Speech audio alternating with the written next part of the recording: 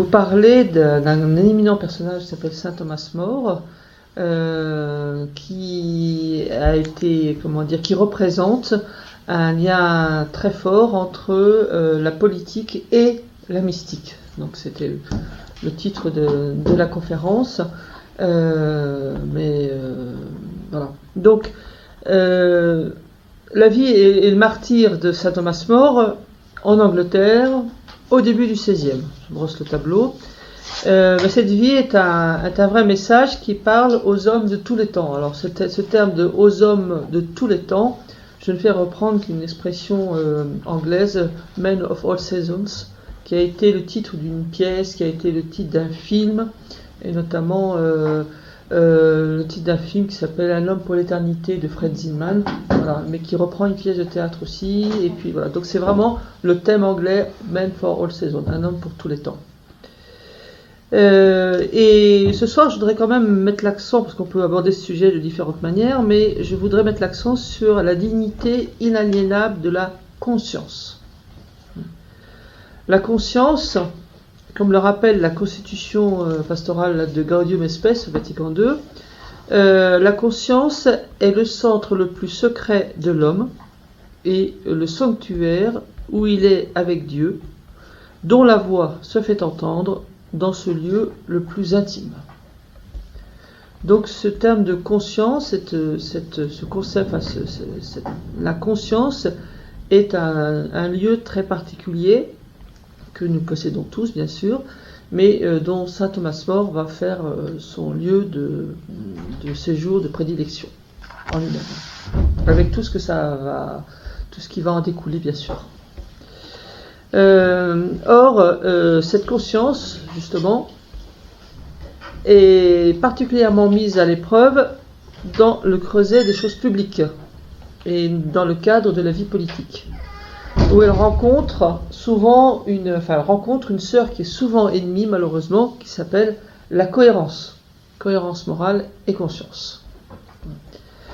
Eh bien, la figure de Thomas More, qui est à la fois un intellectuel, autrefois on dirait un érudit, maintenant on appelle ça un intellectuel. Il est juriste, il est humaniste, c'est un homme politique, un diplomate, un théologien et un père de famille, important. Et cette figure est l'exemple même d'une cohérence entre sa vie publique et sa vie politique, entre sa conscience et sa foi, le tout jusqu'au sacrifice brutal de sa vie.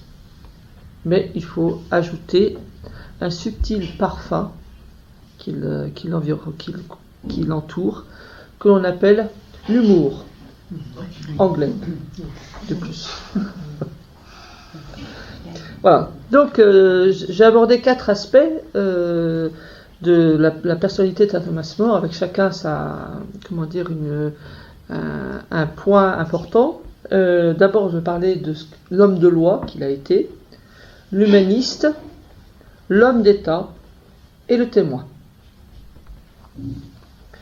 Alors, l'homme de loi, eh bien, tout ça, on commence. Saint Thomas More est né à Londres en 1478 dans une famille bourgeoise aisée d'origine marchande. Alors on raconte que écolier, il aimait déjà écrire des vers un peu espiègles, donc il a beaucoup d'esprit.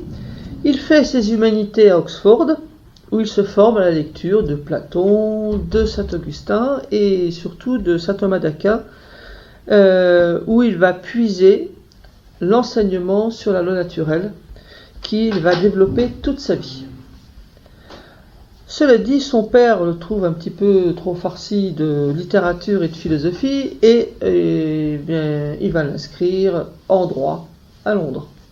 C'est plus sûr et ça permet d'avoir un métier plus honorable et de plus c'est un élève doué. Alors cette décision autoritaire, puisque c'était pas forcément la vocation première de Thomas, cette décision autoritaire fut providentielle car Thomas More va s'avérer être un des meilleurs juristes du royaume, voire le meilleur, le plus populaire et le plus incorruptible aussi. Alors entre-temps, eh bien, Thomas More décide de faire une pause et il se retire à la Chartreuse de Londres. La Chartreuse de Londres, il va rester 4 ans. Il va en ressortir en ayant pris sa décision, et notamment la décision de se marier et non plus d'être prêtre comme il le souhaitait, puisque comme le dit Erasme, que vous connaissez peut-être par ailleurs, qui était un de ses très grands amis, Erasme dit « Il choisit d'être un époux chaste plutôt qu'un prêtre impur ». Donc il y a ce désir de perfection qui prend vraiment à cœur et préfère prendre une voie qui lui convient mieux, selon lui. Alors ce séjour à la Chartreuse est une clé fondamentale pour comprendre sa spiritualité. More est quelqu'un qui a besoin régulièrement, on va le voir, de se retirer pour voir en lui-même, pour faire le point avec lui-même, avec sa conscience, avec Dieu, avec sa spiritualité. C'est quelqu'un qui a besoin d'avoir sa solitude pour se ressourcer. La solitude lui a appris à se familiariser avec sa conscience et avec surtout une cohérence de vie. Comme il dit avec un peu d'humour, la clé de l'amour de l'homme pour son Dieu passe par l'acceptation de coups que le grand autre juge utile d'infliger à l'esprit, pas juste au corps, ce baudet qui échappe à l'orgueil du moi. Donc c'est à la fois le corps est à maîtriser pour éviter trop d'orgueil. Il faut savoir mettre en second plan les choses de ce monde dans la mesure du possible, mais ne pas non plus les mépriser ni les traiter avec dédain parce qu'il ne le fera pas. Il ne méprisera pas sa santé, il sera obligé de le faire pour les hautes fonctions, mais toute sa purification interne va essayer justement d'éviter cet ego qui pourrait le submerger, vu les talents qu'il a notamment, entre autres. Alors, très vite, comme il est brillant, il est choisi par les bourgeois de Londres pour siéger aux communes, et il devient membre de la corporation des marchands drapiers. Et à ce titre, il va partir 2 ans dans les Flandres pour débattre, en tant qu'avocat, des intérêts commerciaux et financiers de ses compatriotes. Et là, son éloquence est redoutable. Donc très vite, en avocat, il connaît la loi sur le bout des doigts, il sait l'utiliser et il sait parler. Donc, de ce fait, il est extrêmement convaincant. À la même année, toujours en 1504, donc, il est nommé vice-shérif de Londres. Alors, à ce moment-là, il est avocat d'un côté, et il va être aussi magistrat. Et il va remplir sa fonction avec une équité scrupuleuse. Et c'est-à-dire, c'est ce qui va faire sa renommée et sa popularité. Par exemple, Thomas More est réputé parce que il restitue à chacune des parties les frais judiciaires qu'il leur a fait scrupuleusement verser avant les débats. Et une fois que c'est terminé, il leur redonne le montant des frais judiciaires engagés. Ce qui n'était évidemment absolument pas l'usage à l'époque. Mais ceci était pour lui un moyen d'éviter tous les pots de vin. Sachant qu'à cette époque-là, ça continue dans certains cas aussi, mais c'était une pratique extrêmement courante. Donc d'emblée, on voit déjà qu'il ne reçoit aucun pot de vin, il ne veut influencer personne, il veut être libre dans sa plaidoirie et dans sa manière de conduire un jugement, dans la mesure où il estime que c'est conforme à la loi, et rien que la loi. Tant et si bien que on lui demande de faire partie de la délégation qui représente les marchands des marchands de la cité, auprès du conseil du roi Henri VIII. Donc très vite, à Londres, il est propulsé dans les sphères politiques, notamment la sphère royale. En 1517 a lieu un événement qui a marqué les Anglais, qui s'appelle The Evil May Day, un 1er mai. Un prêche malheureux dans une église va pousser tous les manœuvriers londoniens à des actes de xénophobie envers tous les étrangers qui grouillaient dans le port de Londres. C'est-à-dire que Dans les lieux portuaires, vous savez, vous avez une masse, il y a beaucoup de va-et-vient, et beaucoup d'étrangers venaient là pour tenter leur chance, pour gagner leur pain, et les manœuvriers des dockers, à l'époque c'était pas les dockers, mais enfin l'équivalent, des ports de Londres, eh bien, trouvaient que ces étrangers mangeaient leur pain, et leur volaient leur pain. Et ils ont été un peu attisés par justement la prêche. Donc la colère est montée très très vite. Le maire et le conseil municipal de Londres sont complètement dépassés par les événements parce qu'il y a une flambée de violence. Le couvre-feu est déclaré. Le chancelier de l'époque et le roi Henri VIII, un peu pris au dépourvu, décident d'envoyer Thomas More, pour se confronter de plein fouet à une horde déchaînée et violente. C'était le seul qui pouvait avoir une chance de calmer l'émeute. Et donc, lui, il n'a jamais froid aux yeux, il le fait sereinement. Thomas More est né à Londres, il est londonien. Il est réputé juste et incorruptible par tout le monde, y compris donc ce peuple de manœuvriers.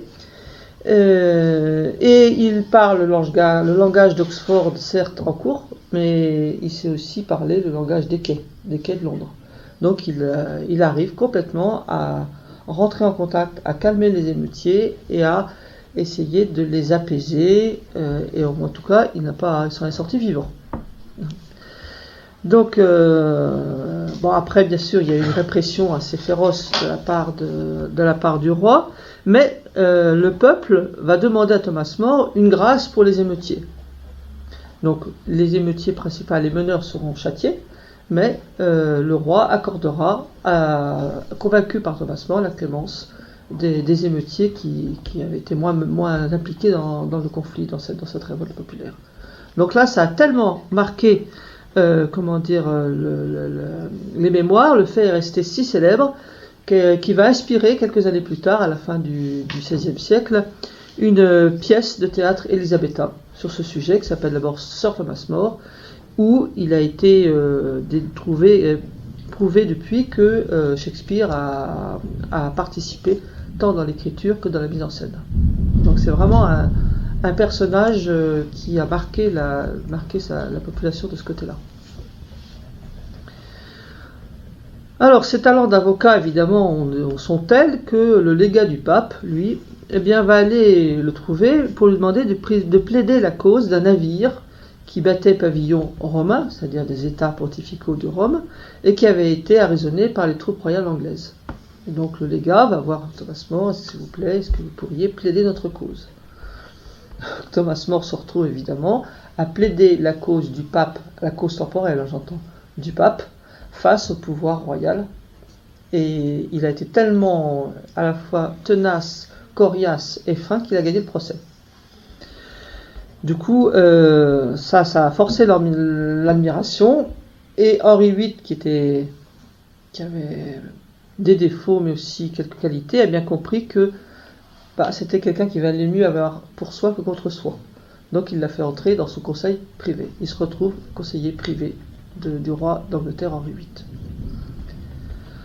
Alors désormais, Henri VIII va l'emmener avec lui dans ses négociations. Alors vous savez que du point de vue historique, il y a trois jeunes hommes d'à peu près le même âge qui un peu s'affrontent, en l'occurrence Henri VIII, François Ier et Charles Quint. Et vous connaissez tous peut-être de réputation le camp du Drap d'Or, où une négociation entre François Ier et Henri VIII d'Angleterre, où Thomas More va être dans les bagages et va négocier plusieurs traités, plusieurs accords avec François Ier. Il va faire de même avec Charles Quint, d'autant que la femme, l'épouse de l'époque, d'Henri VIII, il y a un décalage de génération, est la tante de Charles Quint. Il y a un décalage de génération, donc il y a un lien particulier. Néanmoins, il va le faire avec beaucoup de zèle. Il va quand même remarquer une chose, c'est que quelque chose qui va le faire tiquer, c'est que François Ier, vous savez, est acculé, est enserré par Charles Quint. Charles Quint a absolument tout l'empire des Flandres jusqu'à l'Italie et l'Espagne, donc c'est vraiment enserré en tenaille par Charles Quint. Et donc lui ne va pas hésiter pour la première fois à négocier avec un adversaire qui pourrait le prendre en tenaille, c'est-à-dire les Ottomans, les Turcs.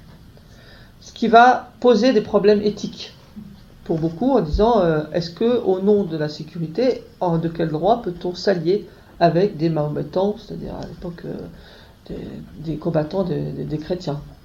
Et Thomas More fera partie de ceux-là qui trouveront que c'est un petit peu surprenant comme procédé, mais bon, ils ne peuvent pas influencer évidemment sur la politique du roi de France. Voilà. Mais c'est intéressant à noter, notamment quand on voit ça sous le regard actuel, où on peut se poser aussi des questions, à quel prix peut-on pacter, jusqu'où peut-on pactiser avec un ennemi pour combattre un autre ennemi. Le tout ça, mais enfin, sous l'œil amusé d'Erasme, toujours le même, Erasme qui soutient que son ami mort n'a pas son pareil pour embobiner son adversaire et en obtenir précisément ce qu'il veut, tout en restant honnête, bien sûr. Donc voilà. Donc vous avez un personnage qui arrive au fait de sa gloire, qui est droit, honnête, reconnu, et qui en même temps, lucide et à qui tout réussit apparemment. Enfin, à qui tout réussit. Alors je vous ai cité Erasme, et c'est une occasion pour moi d'aborder une deuxième facette de saint Thomas More, qui est l'humaniste. Alors, Erasme et More sont les deux grandes figures de l'humanisme. Alors, l'humanisme, vous savez, c'est une philosophie qui place l'homme et les valeurs humaines au-dessus des autres.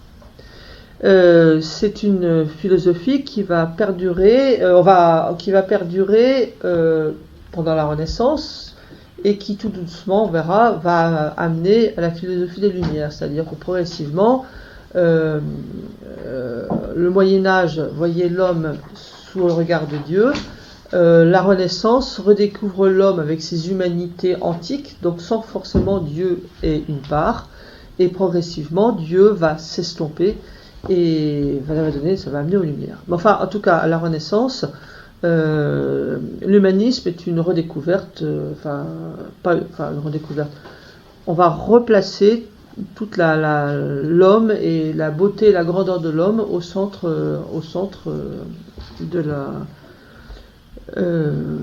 au-dessus des autres valeurs. Alors, saint Thomas More est intéressant parce qu'en fait, sa position humaniste, qui est très réelle, elle est très marquée par la pensée médiévale. Dans l'humanisme, vous avez deux aspects. Vous avez la pensée médiévale et la pensée de la Renaissance. On va le voir avec un autre exemple tout à l'heure. On est au basculement entre les deux. C'est-à-dire que pour saint Thomas More, l'homme est le cœur de la création, certes, mais il ne peut se suffire à lui-même. Alors que plus tard, l'homme pourra de plus en plus devoir attendre à se suffire à lui-même. Lui, pas du tout. Il ne peut se suffire à lui-même, et s'il a des limites, c'est à cause de ses péchés, en règle générale, envers son créateur. Ce sont les péchés qui posent les limites. C'est le mal du péché originel et ses péchés personnels qui posent les limites. Voilà. Donc, c'est important à rappeler, d'autant que il y a une biographe qui s'appelle Marie-Hélène Gane qui fait un parallèle intéressant entre Thomas More et un Français que vous connaissez sans doute bien qui s'appelle Michel de Montaigne. Michel de Montaigne, il est né, ils ont à peu près un quart de siècle de différence, qu'il est né en 33, un peu avant, juste après avoir l'exécution de Thomas More. Ils sont tous les deux des magistrats. Ils sont tous les deux des hommes politiques, puisque Montaigne a été maire de Bordeaux, entre autres, et ils sont tous les deux de grands érudits. Et si pour Montaigne et pour Thomas More, philosopher c'est apprendre à mourir, vous savez, c'est l'expression, Montaigne, lui, va prôner une certaine jouissance et une certaine félicité pour échapper aux contraintes d'ici-bas. Alors que More, lui, n'a de cesse de rappeler à ses enfants, pour reprendre son expression, il rappelle que on ne parvient pas au ciel sur allée de plume. On prend l'expression anglaise. Par ailleurs, Montaigne dira toujours que le maire de Bordeaux, enfin le maire et Montaigne, c'est-à-dire sa vie intime, ont toujours été deux. C'est-à-dire ces deux domaines différents. Alors que pour More, il aura toujours à cœur à fondre la cohérence de vie à sa conscience et à sa foi. Pour lui, la vie privée et la vie publique, même si elles peuvent être séparées pour des raisons pratiques et politiques, elles suivent dans tous les cas de figure la même dynamique. Voilà. Il y a une unité d'action, de cœur entre les deux. Donc ça c'est très très important déjà c'est utile sur le plan politique. Jusqu'où peut-on s'engager personnellement? Là on lance des questions, c'est un débat que certains, les politiques sont déjà posé la question. Jusqu'où peut-on être cohérent avec soi-même? Jusqu'où peut-on suivre sa conscience? Y a-t-il deux parties, deux aspects? Encore une fois, tout est ouvert. Mais là, on a effectivement la confrontation entre deux personnages de même envergure, ou presque, qui ont une confrontation différente.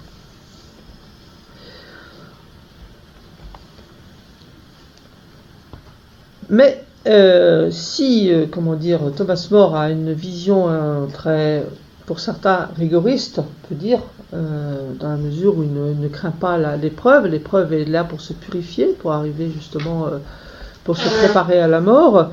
More est quand même quelqu'un d'extrêmement curieux. Il a une recherche passionnée de la justice et de la liberté, et il a publié même au début, puisqu'il a publié beaucoup d'ouvrages, il a publié une biographie de l'Italien Jean Pic de la Mirandole. Pic de la Mirandole, c'est un Italien qui était à la cour des Médicis à la fin du XVe siècle et qui était un apôtre de la liberté de pensée et de l'opinion individuelle, à l'époque où c'était pas forcément un sujet qui préoccupait le monde. Mais cette idée d'émergence de liberté de pensée et d'opinion individuelle en tant que concept a été très très débattue et très prônée par Pic de la Mirandole. Or, Pic de la Mirandole a été un peu critiqué par Rome parce que Rome lui a reproché un peu son syncrétisme. Il semblait mélanger un peu en y rajoutant les antiquités, mais aussi la Kabbale juive, tout ça pour faire une sorte de syncrétisme propre à l'homme.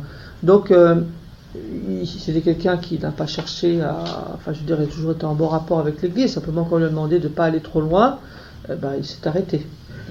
Mais, c'est quelqu'un qui a marqué aussi son temps de ce côté-là. Donc, Thomas More, lui, s'est intéressé profondément à Pic de la Mirandole, et il a également publié de très nombreux ouvrages qui témoignent de son immense érudition. Alors dans ces ouvrages, justement, le plus célèbre que vous connaissez peut-être, c'est un ouvrage qui s'appelle l'Utopie. L'Utopie, qui est le premier ouvrage politique paru en Angleterre. Alors, avec cet ouvrage, saint Thomas More invente un concept nouveau, c'est-à-dire qu'il a le terme de utopia. Utopia, c'est le lieu. C'est un récit dans un lieu imaginaire. Or, ce récit dans ce lieu imaginaire n'est ni un paradis perdu, ni un programme d'action politique. C'est une parabole. C'est une parabole qui permet de critiquer des abus et de favoriser une réflexion politique. Par exemple, il y a deux livres dans Utopia.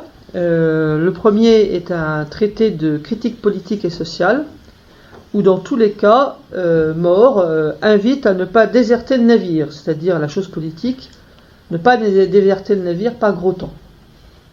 Dans le deuxième livre, il évoque une île, c'est le livre qui est plus connu, où vivent des utopiens qui ignorent la révélation divine et vivent selon la raison naturelle de l'homme. Or, entre autres, chez les utopiens, la loi est au-dessus du roi. Alors ce sont des idées qui courent, enfin je veux dire, l'utopie permet de jeter des idées. Ce livre sera repris par ailleurs, mal compris d'ailleurs, notamment par, beaucoup plus tard, notamment par les idéologies communistes par exemple, qui va essayer d'y voir un livre qui, mal compris d'ailleurs, en voyant un programme politique, ce qui n'était absolument pas le cas, notamment concernant la propriété privée. Parce qu'il prenait, dans cette parabole, il y avait la suppression de la propriété privée, alors qu'en fait, c'était pour dénoncer les abus, justement, de la propriété privée, et non pas la suppression totale. C'est un genre littéraire. Voilà. Donc c'est un livre qui est resté extrêmement célèbre, avec un autre livre de son ami Erasme qui s'appelle, vous connaissez, L'éloge de la folie. Voilà. Et aussi, même année, un livre qui est sorti en Italie d'un certain Machiavel, Le Prince. Donc vous avez 3 livres qui sont vraiment les creusets de la politique entre guillemets moderne, qui paraissent à peu près simultanément dans ce début de XVIe siècle. Pardon ? Quelle année à peu près ? 1516. Bon, il est évident que Utopia est l'antithèse du Prince de Machiavel. Voilà, peut-il le préciser. Voilà, donc voilà un peu, très vite, rapidement, l'œuvre humaniste de Thomas More. Humaniste, il l'écrit, humaniste, il le pratique. Et il le pratique même, notamment, dans sa vie privée, puisque Thomas More a quitté l'expérience de la Chartreuse et s'est marié.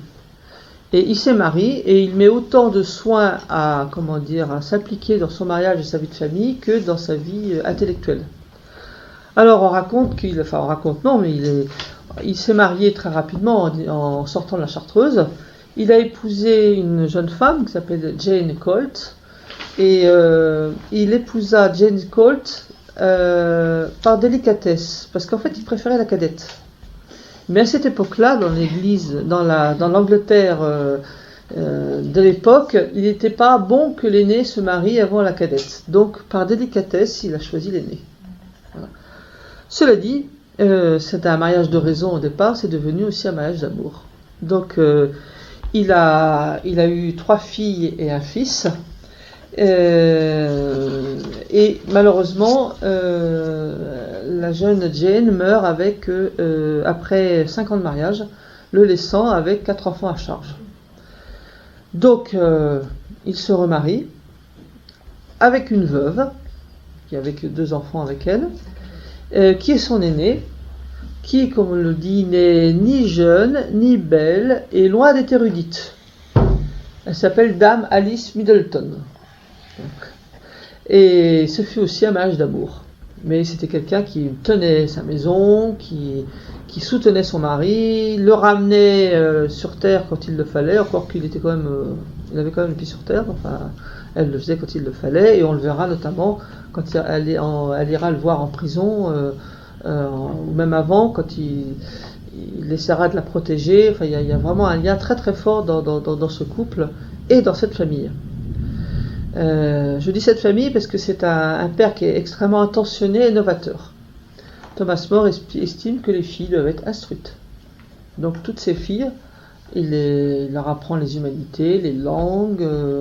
Elles sont vraiment. C'est ce qui est assez novateur pour l'époque. Il veille à ce qu'elles aient une grande culture. Et en même temps, il va accepter leur choix, puisque sa fille aînée, Margaret, qu'il aimait beaucoup, a épousé un jeune garçon qui va être séduit par les idées luthériennes, les idées protestantes. Donc il va l'accepter, et en même temps, il va tout doucement l'aider à cheminer pour revenir, parce que c'est tout frais, revenir à la religion catholique, qu'il défendra haut et fort, mais il fera ça avec beaucoup de douceur. Donc c'est quelqu'un qui est doux, qui est patient, et qui est en même temps tenace. Thomas More avait une petite maison, et puis il a décidé de faire construire quelque chose de plus grand à Chelsea, un grand domaine qui n'existe plus, ça a été complètement rasé, au sud de Londres, avec un petit port pour pouvoir aller directement en bateau par la Tamise jusqu'au Parlement. Cette maison est une véritable académie des arts et des lettres, puisque de grands amis comme Erasme ou Collet ou des professeurs d'Oxford vont venir régulièrement fréquenter cette maison, et il veillera à ce que l'accueil soit toujours très bien fait, très bien. Il y a vraiment un foisonnement d'idées dans les échanges entre les membres de la famille et les invités. Par ailleurs, comme je vous l'ai dit au début, More a gardé sa spiritualité monastique. Le vendredi, il décide, plus exactement, il se retire à l'écart dans une pièce qu'il surnomme, non sans humour, la tour. On verra pourquoi à la fin. Voilà, donc c'est son choix aussi, dans toute cette vie, cette effervescence, cette ruche, il garde son temps du vendredi pour lui, pour sa spiritualité aussi, bien sûr.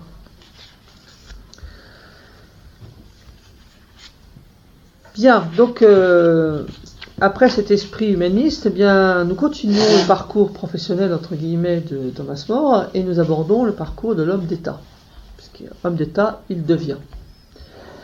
Depuis l'histoire du Hayville Mayday, Thomas More est devenu un proche du roi Henri VIII. Il en devient même plus qu'un proche, il devient un ami. Il va recevoir chez lui, ils vont échanger ensemble, ils vont débattre. Henri VIII va vraiment le prendre sous sa coupe, en amitié. Mais néanmoins, More reste toujours aussi honnête dans ses plaidoiries, même si c'était des plaidoiries contre le pouvoir royal, parce que tout le monde reconnaît que la justice, il ne fait qu'utiliser la justice. Donc, s'il arrive à la justice tremble dans son camp, c'est que ça doit être fait. Donc personne ne lui en veut, même le roi ne lui en veut pas pour ça. En fait, c'est la réforme de Luther qui va faire basculer tout cet équilibre. Alors, Luther, je ne veux pas vous rappeler qui est, vous savez, c'est ce moine allemand qui a dénoncé certains abus de l'Église et qui, en même temps,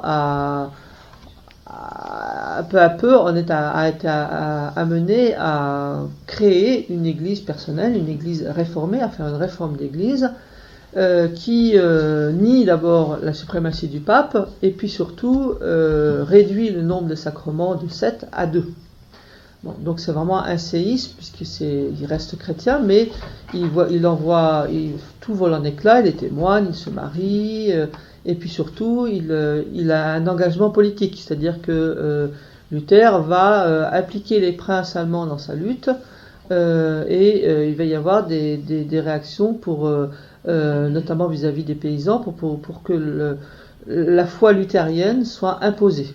Vous savez qu'à cette époque-là, en général dans un pays, c'est la foi du souverain est la foi du pays. C'est-à-dire que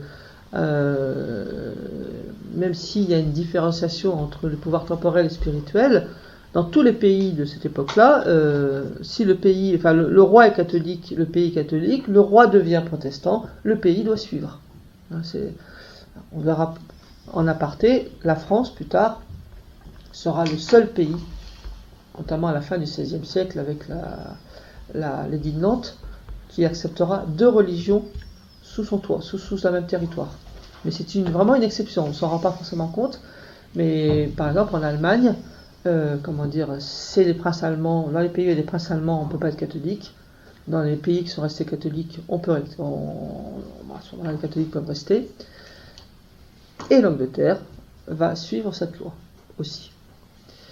Alors, le plus cocasse, c'est que 1 an après la condamnation de Luther par le pape, puisque évidemment le pape a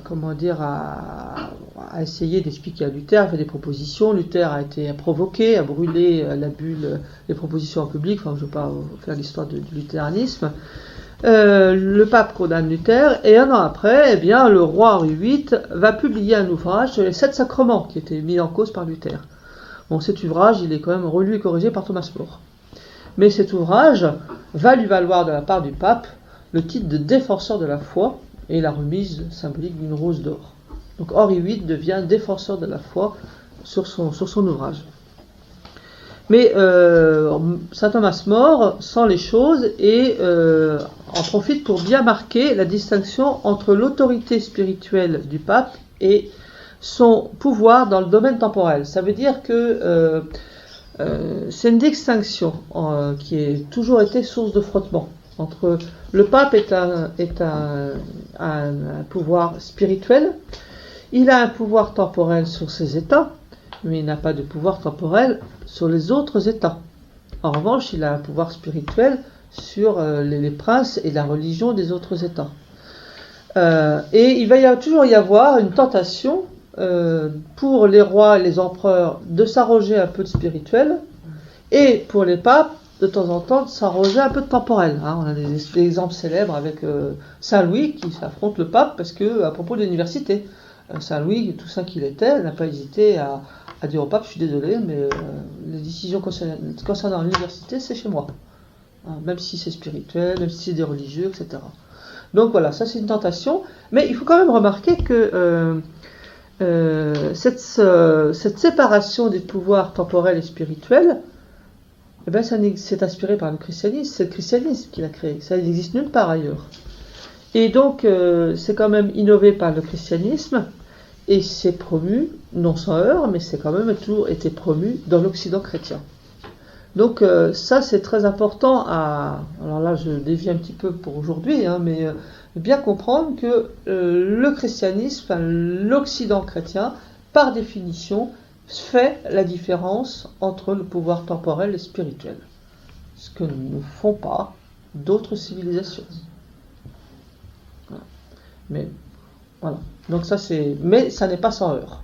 Mais cette distinction elle est unique. Et elle est due au Christ, au christianisme. Donc voilà, More a essayé de bien marquer les choses. Mais il s'avère que le roi Henri VIII est un tyran, mine de rien, un tyran sensuel et possessif. Il a un caractère assez, on va dire assez fort, même assez, bipolaire, allons-y, on dirait aujourd'hui bipolaire. Bon, il a des maîtresses, et notamment une qui s'appelle Anne Boleyn, qui veut bien continuer avec lui à condition qu'elle devienne reine. Donc Henri VIII, qui est complètement aveuglé par la beauté d'Anne Boleyn, décide de faire annuler son mariage avec sa femme, Catherine d'Aragon, sous prétexte que sa femme ne lui a pas donné de fils. Alors qu'il faut le rappeler, ça on ne sait peut-être pas assez, que les Tudors, là, parce qu'Henri VIII est la dynastie des Tudors, la dynastie des Tudors elle est toute fraîche. Son père Henri VII a conquis le pouvoir de façon un peu dure le siècle précédent, et lui il voudrait continuer. Il ne voudrait pas de nouveau avoir un conflit de succession, parce qu'en Angleterre c'est beaucoup plus complexe qu'en France. Nous on a réglé notre problème avec la loi salique, en Angleterre non. Donc il se dit, voilà l'argument, elle ne peut pas me donner de fils, donc je vais essayer de trouver un moyen pour faire annuler, invalider le mariage par le pape.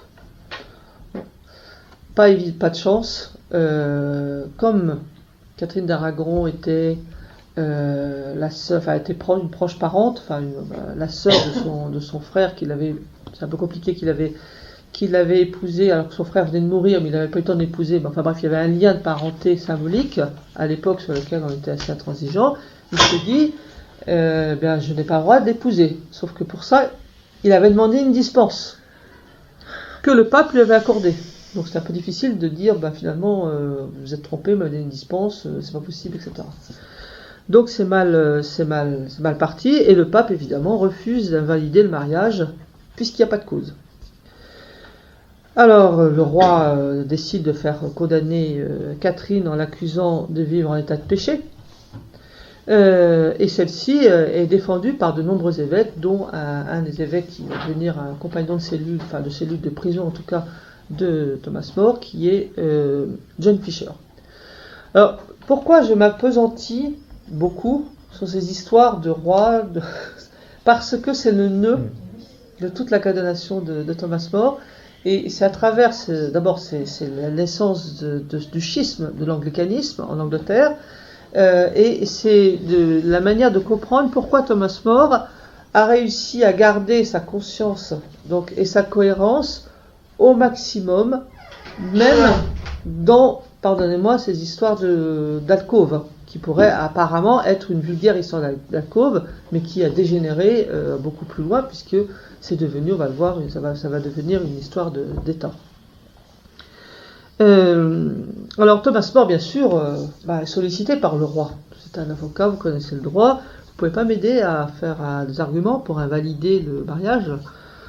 On lui dit, écoutez, vous savez, je crois qu'il faudrait que vous alliez voir un spécialiste parce que plus qualifié que moi, parce que moi, à mon niveau, je ne vois pas de cause qui permette d'annuler ce mariage. Mais allez chercher, je vais trouver, tournez-vous vers quelqu'un de plus spécialiste. Bon, c'est le mieux qu'il pouvait faire.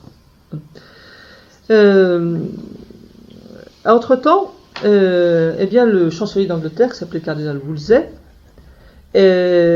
qui soutenait la reine, tombe en disgrâce. Il tombe en disgrâce. Le roi se réjouit parce que c'est un adversaire en moins. Et il part en exil, enfin en exil intérieur, mais en exil quand même. Le roi veut lui tenter un procès. Wolsey meurt avant. Donc le poste est libre, est vacant. Et donc, en 1529, Henri VIII se dit: je vais nommer mon ami Thomas More chancelier. Il n'est pas évêque ni cardinal, c'est le premier chancelier laïque de l'histoire d'Angleterre. Et donc il va demander à Thomas More d'accepter cette charge en lui promettant qu'il ne l'impliquera pas dans ses débats matrimoniaux. Donc à ce titre-là, More dit ok, je ne vais pas refuser ça, il a sa famille aussi, pour sa famille, il pense à sa famille aussi, donc il l'accepte. Sauf qu'en fait, évidemment, Henri VIII ne fait ça que dans le but d'obtenir de lui ce qu'il n'obtient pas de Rome. Donc c'est un piège, et Henri VIII va trahir son amitié en remettant, une fois qu'il est chancelier, tous les débats matrimoniaux sur le tapis. More, la machine s'emballe, et du coup, le roi laisse More de côté, pour le moment, et va s'adresser à tous les évêques, et peu à peu, va demander aux évêques, par petits stades, de le reconnaître chef suprême de l'Église d'Angleterre. Alors au début, il y avait un appendice, dans la mesure où l'autorise la loi du Christ, ce qui veut tout dire et rien dire. Enfin, il a marché par stratégie des petits pas. En 1532, on passe un cran au-dessus. Les évêques ne reconnaissent détenir l'autorité spirituelle que du seul roi et non plus du pape. Donc c'est le roi qui nomme les évêques et c'est lui qui a l'autorité spirituelle. Du coup là, Thomas More dit arrête, en disant invoque des raisons de santé réelles, puisqu'il avait quand même des bronchites chroniques, et se demande la démission de sa charge au roi Henri VIII. Ce qu'il obtient. Cela dit, Henri VIII a les mains libres, il épouse Anne Boleyn. Mais Thomas More n'est pas au mariage. Or, c'est quand même une figure importante, tout le monde comprend. Sauf, il n'y a pas eu de mots, on ne peut rien lui dire, il n'est pas là. Il a toujours ses situations de santé, mais néanmoins quand même. Donc, c'est à partir de ce moment-là que d'homme d'État, Thomas More va devenir ce qu'on appelle un témoin au sens religieux, c'est-à-dire un martyr, témoin martyr en grec, témoin c'est un martyr en grec. En effet, comme je vous l'ai dit, la situation est complètement bloquée. Tout le monde connaît l'attachement d'Henri VIII à Thomas More, et beaucoup devinent le désaveu de Thomas More, même s'il n'a jamais rien dit dans un sens ou dans un autre. Et c'est très important cette nuance parce qu'à cette époque, sur le plan juridique, le silence n'est pas considéré ni comme un acquiescement, ni comme une contestation. On ne peut pas lui reprocher, aujourd'hui on dit souvent qu'il ne dit mot conscient. À cette époque-là, non. Hein. Il ne dit rien, il n'y a pas de preuve, de mots, de preuve, donc on ne peut pas juridiquement l'attaquer, ni dans un sens ni dans l'autre. Et donc c'est cette voie que va utiliser Thomas More jusqu'au bout. Et c'est ce mur que vont essayer d'attaquer ses adversaires par tous les moyens possibles. Juridiquement, donc on ne peut pas le condamner. Cela dit, Henri VIII a parmi ses conseillers un certain Thomas Cromwell, qui est aussi empreint de machiavélisme, que Thomas More est empreint d'humanisme chrétien. Et donc Thomas Cromwell va mettre tout son génie pour essayer de faire tomber Thomas More. D'abord, il va commencer par essayer d'avilir sa condition, c'est-à-dire qu'on va lui enlever ses domaines, on va refuser de transporter sur la Tamise, on va faire beaucoup d'humiliation et autres. Et puis on va aussi, ça marche pas, on va intenter un procès en corruption. Oui, il a fait quelque chose, en fait, oui, il y a une dame qui veut bien témoigner qu'elle aurait donné un pot de vin, etc. à Thomas More, mais comme Thomas More est quand même pas né dans la dernière nuit de pluie, tout est carré et cadré chez lui. Donc on n'y arrive pas, on ne peut pas, toutes les accusations sont réfutées. Thomas More sait se défendre, et il a prévu la chose. Finalement, c'est la dernière carte, tous les lords, y compris Thomas More qui a été anobli, mais bon lui, ça s'en fichait un peu, mais il a été anobli, doivent prêter serment désormais à l'acte de suprématie du roi. Sinon, c'est haute trahison. Donc, bien évidemment, tout le monde court chez saint Thomas pour lui demander de prêter serment, et là il refuse, en expliquant simplement qu'il préfère obéir à sa conscience plutôt qu'au roi. Ce qui n'est pas un crime en soi, puisqu'il a toujours travaillé sur la conscience, etc. Donc ce n'est pas un crime en soi, mais néanmoins, il est quand même arrêté. Et là, il va passer 15 mois. 15 mois dans la célèbre tour de Londres, qui n'est plus sa petite tour personnelle, mais la tour de Londres, criblée de rhumatisme, et progressivement, de façon machiavélique, on va tout doucement fermer les robinets. C'est-à-dire qu'on va progressivement le priver d'un certain bien-être dans sa tour, c'est quand même un personnage important, et puis on va lui enlever un peu le confort, comme on le dit, et puis on va lui enlever ses livres, et puis on va lui enlever son papier, ses crayons, au moins ses crayons, pour l'empêcher de continuer à ce qu'il a fait, d'écrire, de correspondre. On va le priver, on va réduire les visites de famille pour le faire craquer, si je puis dire. Il continue à écrire. Ses écrits de prison, il les finira avec du charbon de bois. Écrire. Quand on envoie sa famille pour l'apitoyer, le faire chanter, eh bien, la famille lui apporte des fruits, parce qu'il avait, à cette époque-là, ils ne sont pas nourris, c'est la famille qui nourrit. Donc il apporte des fruits, et lui, il sait que son vieil ami, John Fisher, vous savez, celui qui avait défendu la reine, il est emprisonné plus loin, et lui, il n'a pas de famille. Donc il demande à sa fille Meg de lui porter des fruits. Donc, par gentillesse. Il garde son humour. Son geôlier, et qui est aussi son ami, il doit obéir aux ordres de peur d'encourir la colère du roi. Et Thomas More lui répond toujours avec son humour: « Ne craignez rien, cher ami, si vous avez à vous plaindre de moi, vous pouvez toujours me renvoyer. » Bon. Il voit aussi ses frères chartreux, qu'il avait connus lors de son passage à la Chartreuse de Londres, qui sont emprisonnés parce qu'ils ont refusé aussi et qui vont exécuter. Donc la Chartreuse l'accompagne d'une manière spirituelle jusque dans sa prison. Alors on essaye en vain de le faire sortir de sa réserve, et on utilise à la fin les grands moyens au moment d'un procès. L'avocat général, qui s'appelait Thomas Rich, porte alors contre lui un faux témoignage qui entraîne de facto sa condamnation à mort. C'est-à-dire qu'il explique à la cour qu'il a posé des questions à Thomas More et à propos de la suprématie royale, et Thomas More a répondu un avis à Thomas Rich allant dans le sens contre le roi et pour le pape. Ce qui est évidemment complètement faux, comme dit Thomas More après coup, parce que je le dis à personne, pourquoi j'aurais été vous dire à vous qui est en train de un arriviste de première et qui est en train de tout faire pour me faire condamner, quoi. Et à partir du moment où tout est joué, puisque la cour va le condamner, à ce moment-là, vous connaissez peut-être la scène parce qu'elle a été rendue célèbre dans le film, notamment Un homme pour l'éternité.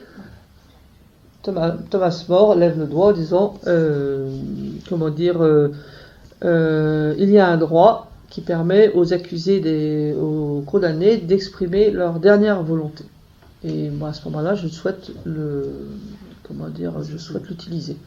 Et à ce moment-là, il proclame haut et fort tout son attachement au pape et à la foi catholique. Mais il ne le fait que parce qu'il n'a plus aucune porte. Voilà. Et puis parce que... Voilà. Donc il a vraiment essayé d'aller jusqu'au bout dans la légalité.